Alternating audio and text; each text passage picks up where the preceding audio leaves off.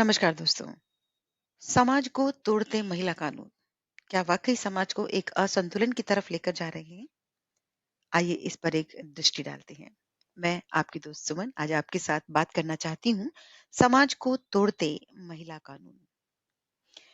महिला कानूनों के नाम पर समाज में एक असंतुलन दिखाई दे रहा है। इनफैक्ट ये कहूँ कि बनाया जा रहा है तो भी गलत नहीं होगा।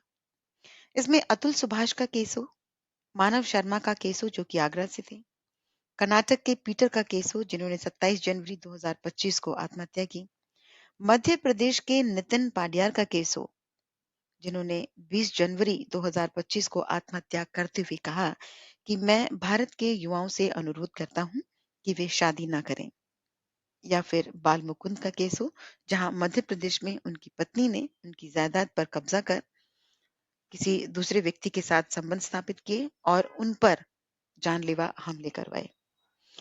इस तरह के न जाने कितने केस हमारे सामने आ रहे हैं और असंख्य केस जो है वो लगातार नित्य प्रति पुलिस स्टेशंस में दर्ज हो रहे हैं।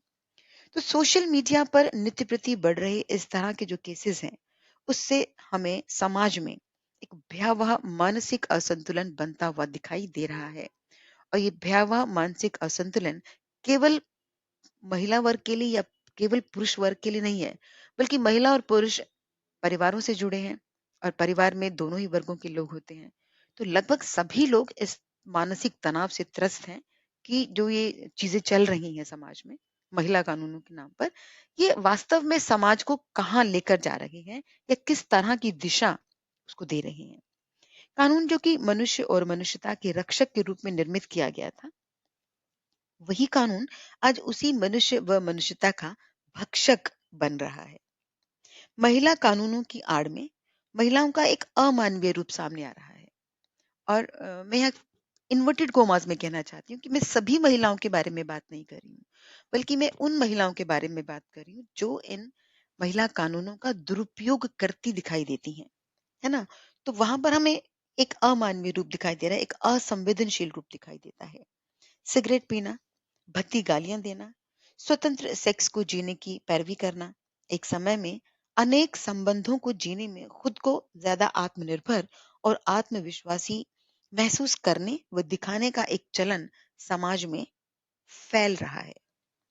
वर्तमान में सामाजिक स्थितियां बहुत तेजी से बदल रही हैं, इतनी तेजी से बदल रही है कि अब जनरेशन गैप आने में 40-50 साल का समय नहीं लग रहा है, 10-20 साल का समय भी नहीं लग रहा है, बल्कि 5 वर्ष से भी कम अवधि में आप जनरेशन गैप सामने देख पा रहे हैं। और ये मैं नहीं कह रही हूँ, ये मनोवैज्ञानिक रिसर्च भी कह रही है। और अपने घर परिवारों में, अपने समाज में थोड़ा-सा भी जिन्होंने निरीक्षण किया है, ध्यान से चीज़ों को देखने की कोशिश की है, वो सभी ये बात कहेंगे कि हाँ, वाक़ई जो जनरेशन गैप है वो बहुत कम समय में अब आ रहा है। ऐसे समय में एक तरफ़ा बने महिला कानूनों ने समाज को हिला के रख दिया है, कंपित कर दिया है। इस तरह की घटनाएं बहुतायत में सामने आ रही हैं जहां लड़कियां, विशेषकर जो सो कॉल्ड पढ़ी लिखी लड़कियां हैं, मैं फिर कह रही हूँ, मैं सभी लड़कियों के बारे में बात नहीं कर रही हूँ, मैं उनके बारे में बात कर रही हूँ जो समाज में एक असंतुलित तस्वीर में दिखाई देती है। तो जो सो कॉल्ड पढ़ी लिखी लड़कियां हैं, मुखरता से वो कानूनों का दुरुपयोग करती दिखाई देती हैं। छोटी छोटी बातों पर पुलिस स्टेशन में रिपोर्ट लिखवाना जैसे एक आम सी बात हो गई है।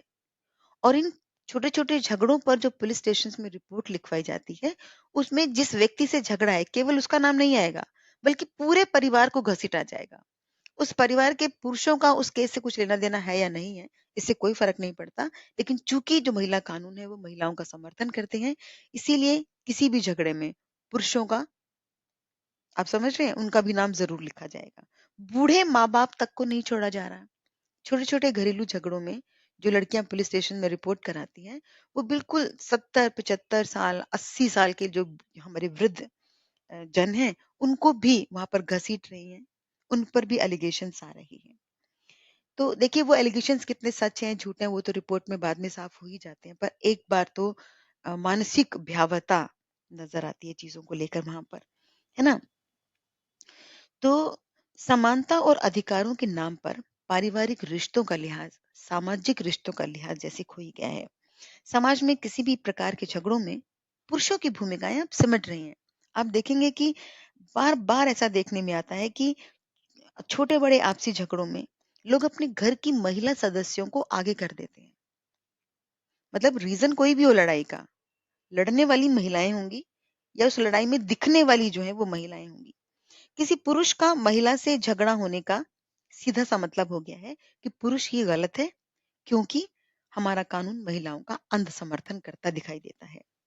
झगड़ा चाहे किसी भी बात पर हो, महिला-पुरुष के झगड़े में पुलिस रिपोर्ट में अक्सर तीन धारा कानून की धारा 376, 375, 114 ए, 354, 76, 354 ए जैसी धाराओं का धड़ल्ले से इस्तेमाल किया जाता है और उन्हीं से झगड़े की प्रक्रियाएं आगे चलती हैं। हम यह कहना चाहते हैं कि कानून जन सामान्य के हित में होना चाहिए या फिर कानून जन सामान्य के हितार्थ होना चाहिए, ना कि किसी महिला या पुरुष के हितार्थ।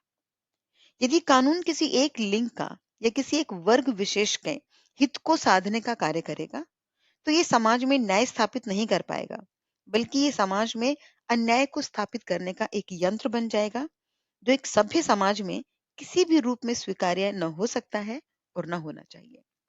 तो हम अपने पॉडकास्ट के माध्यम से इस बात का पुरजोर अ, तरीके से इस बात को मैं पुरजोर तरीके से कहना चाहती हूँ, रखना चाहती हूँ समाज के सामने, अपने कानूनविदों के सामने और अपनी अथॉरिटीज़ के सामने कि जो कानून है, उन्हें निष्पक्ष बनने दीजिए या उन्हें निष्पक्ष बनाइए।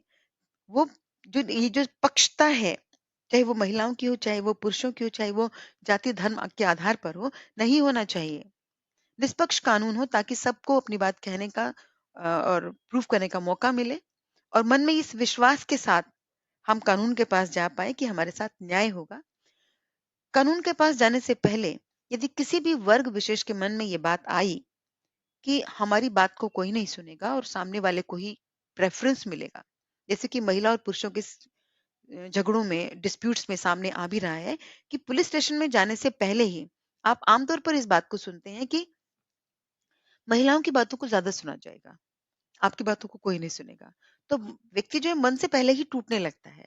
तो ऐसी स्थिति किसी भी समाज में ना हो, इस बात का प्रयास किया जाना चाहिए और मेरी सभी सामाजिक रूप से जागरूक लोगों से आग्रह कि आप इस विषय में अपनी आवाज़ उठाएँ और समाज में एक ऐसे कानून का निर्माण बनाने की या समाज का एक ऐसा कानून स्थापित करने की दिशा में प्रयास करने शुरू कीजिए, जहाँ पर सभी लोगों को निष्पक्ष रूप से न्याय प्राप्त हो सके। अब अगर आप मेरे विचार का समर्थन करते हैं या समर्थन नहीं करते हैं, वो आप पर है। पर मैं चाहूँगी कि आप अपने विचार मेरे साथ ज़रूर साझा करें और अगली ऑडियो में आपके साथ इसी तरह के एक और विचार के साथ बातचीत करूँगी। तब तक के लिए आप अपना ख्याल रखेंगे और अपने आस-पास के लोगों का भी ख्याल रखें। Take care. बाय-बाय।